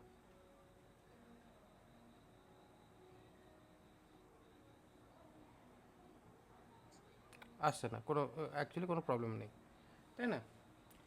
এবার ব্যাপার হচ্ছে কি, এখানে আমাদের কার ইকুয়াল টু নিউ কার বলে আমরা এখানে এই কার ফাংশনকে কার ক্লাসকে কল করলাম, রাইট? এবং অবভিয়াসলি আমরা এখানে কার বলে এই যে ভ্যালুটা রয়েছে, এখানে জাস্ট আমি কারের মধ্যে নেম প্রপার্টি অ্যাসাইন করে আমি জাস্ট এখানে নেম এখানে ঢুকিয়ে দিচ্ছি। নেম হচ্ছে অটো।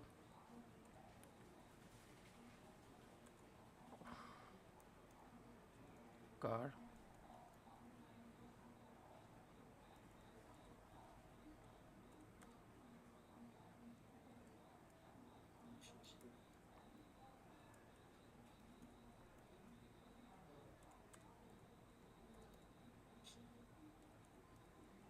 ইয়েলো। ওকে, আমরা এখানে ভ্যালু অ্যাসাইন করলাম, এবং অবভিয়াসলি আমরা যদি এখানে ইকো করি কার ডট নেম, তাহলে আমরা এখানে কার নেমটা আমরা পেয়ে যাবো আশা করি, তাই না? আর যদি আমরা এখানে পুরো টোটাল ভারকে ভ্যারিয়েবলটাকে যদি চেক করতে চাই, ভার ডাম্প ইউজ করে এখানে কার অবজেক্টটাকে যদি প্রিন্ট করি, তাহলে এখানে কারের পুরো অবজেক্টের ডেটার ভ্যালুটা আমরা এখানে পেয়ে যাচ্ছি, তাই তো? আচ্ছা, মডেল বলে কিছু রেখেছি নাকি? আচ্ছা, মডেল বলে রেখেছি, অ্যাকচুয়ালি মডেলটা আমি কিছু ভ্যালু অ্যাসাইনই করিনি। তার মানে বেসিক্যালি কী হলো, আমার এখানে আমরা বাইরে থেকেও আমরা প্রপার্টি অ্যাসাইন করে দিতে পারছি, তাই না? এখানে বেসিক্যালি নেম যেটা রয়েছে, এই নেম প্রপার্টিটা আমার বাইরে থেকে অ্যাসাইন হয়ে গেছে পাবলিক প্রপার্টির জন্য।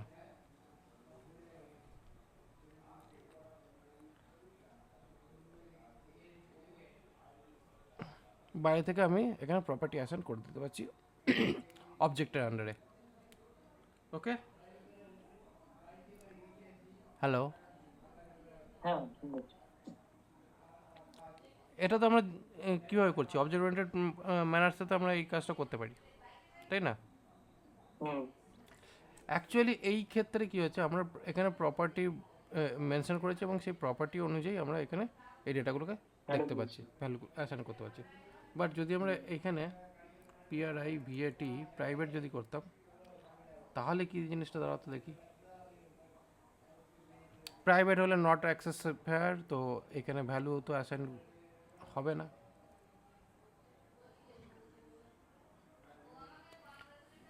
সেক্ষেত্রে এখানে কী হলো, মডেল কার প্রাইভেট, প্রপার্টি নাল, ভ্যালু নাল, এবং বাদ বাকি ভ্যালু যা যা আছে সেগুলো দেখাচ্ছে, ঠিক আছে?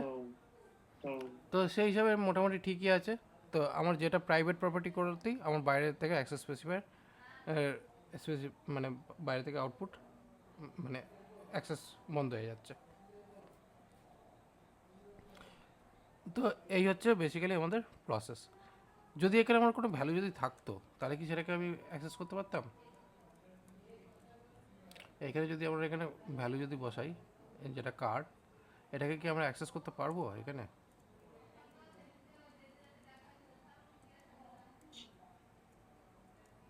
কি মনে হয়, অ্যাক্সেস হবে? অ্যাক্সেস তো লোকালটাই হবে তাহলে। না, হচ্ছে না। নিচ্ছে না।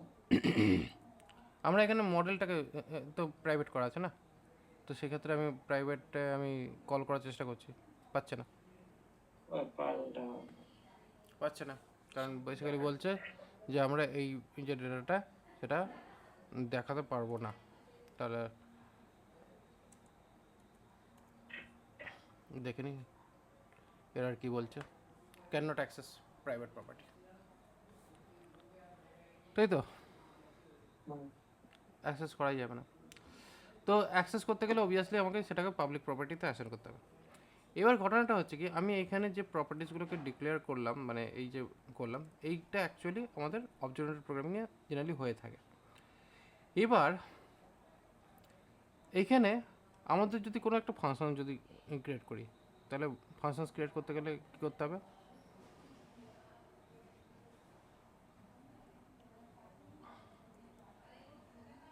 এখানে অ্যাক্সেস স্পেসিফায়ার দিতে হবে পাবলিক ফাংশনের মধ্যে ফাংশন নেম হচ্ছে ইনফো। ওকে, এবার এখানে ইনফো ফাংশনস আমি এখানে অ্যাপ্লাই করছি, এখানে ইকো করে এখানে মডেল। আচ্ছা, আমি এখানে ডবল কোটেশনে লিখি তাহলে সুবিধা হতে পারে। Model dollar model model wheels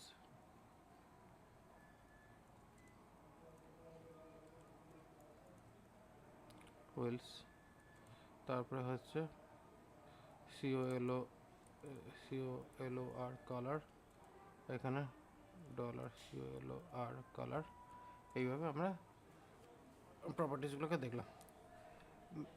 generally যেহেতু আমি এখানে কোনো আউটপুট মানে মেনশন করিনি, তাহলে সেক্ষেত্রে মানে কোনো স্পেসিফায়ার মেনশন করিনি, তার বাই ডিফল্ট পাবলিক হওয়া উচিত। দেখি হয় কিনা।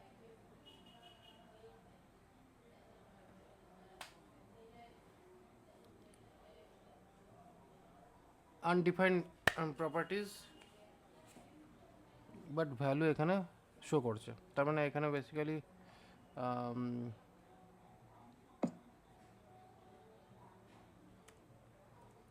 হুইলসের মধ্যে 4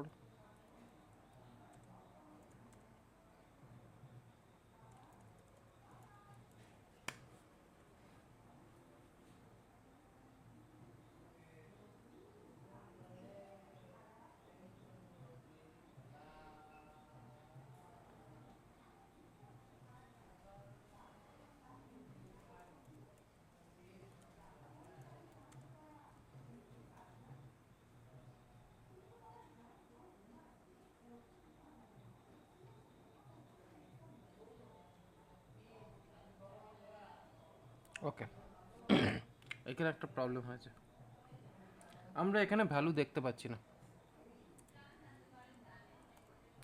কেন বোঝা যাচ্ছে?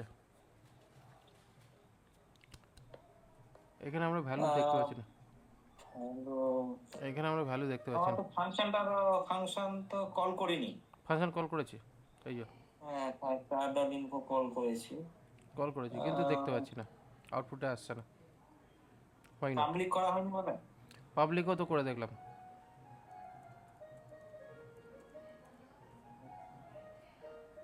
ফাংশন স্পেসিফায়ার কিন্তু এখানে একটা প্রবলেম আছে।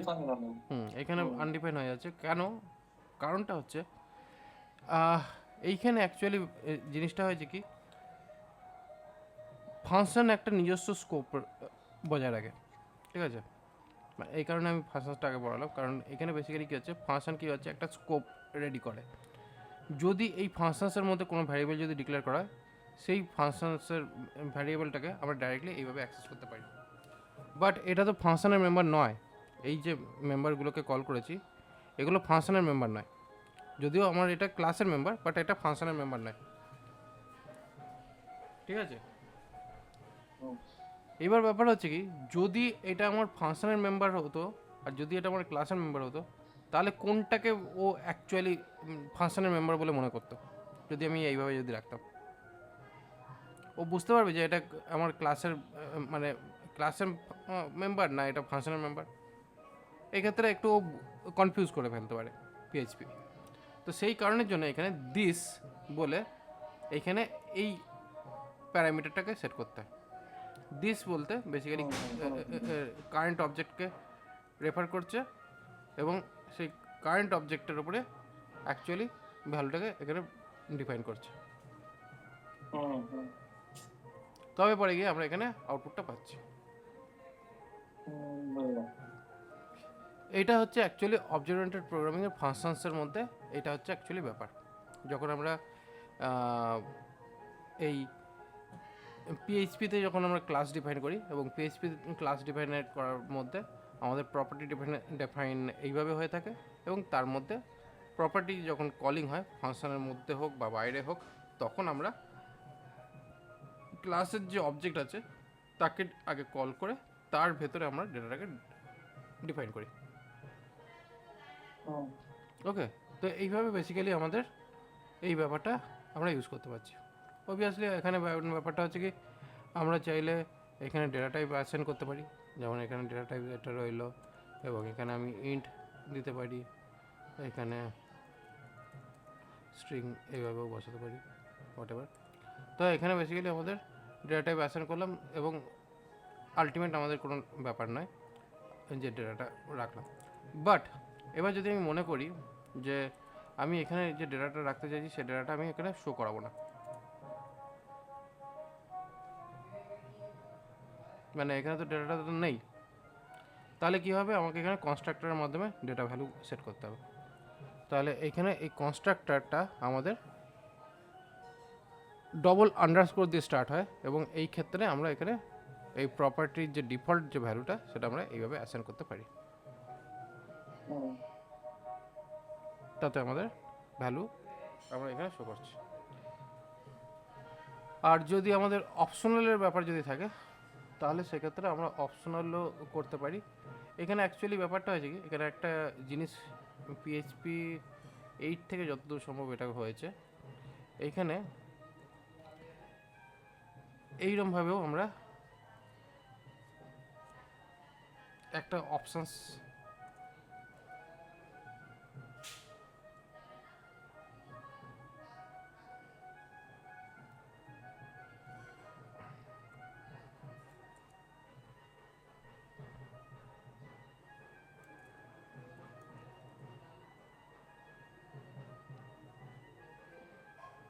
না মনে হচ্ছে এটা সাপোর্ট করছে না, ঠিক আছে।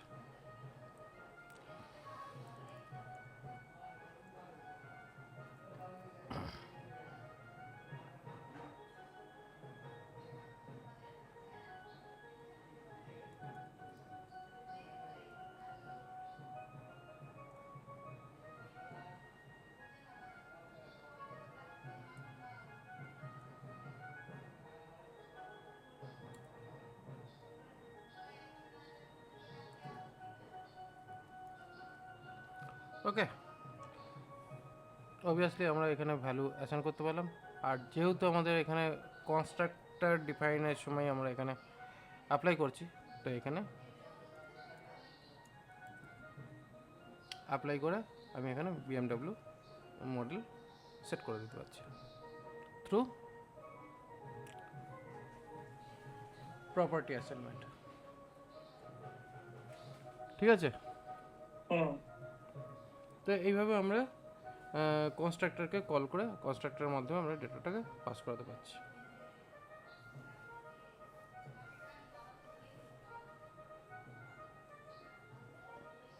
আজকে এই অবধি থাক, নেক্সট পার্টগুলো আমি পরের দিন বলবো, ঠিক আছে। তাহলে নেক্সট দিন আমি তাহলে শুক্রবারটা বসতে পারলে ভালো হতো, কিন্তু যেহেতু তুমি বলছো যে প্রবলেম হবে তাহলে ঠিক আছে।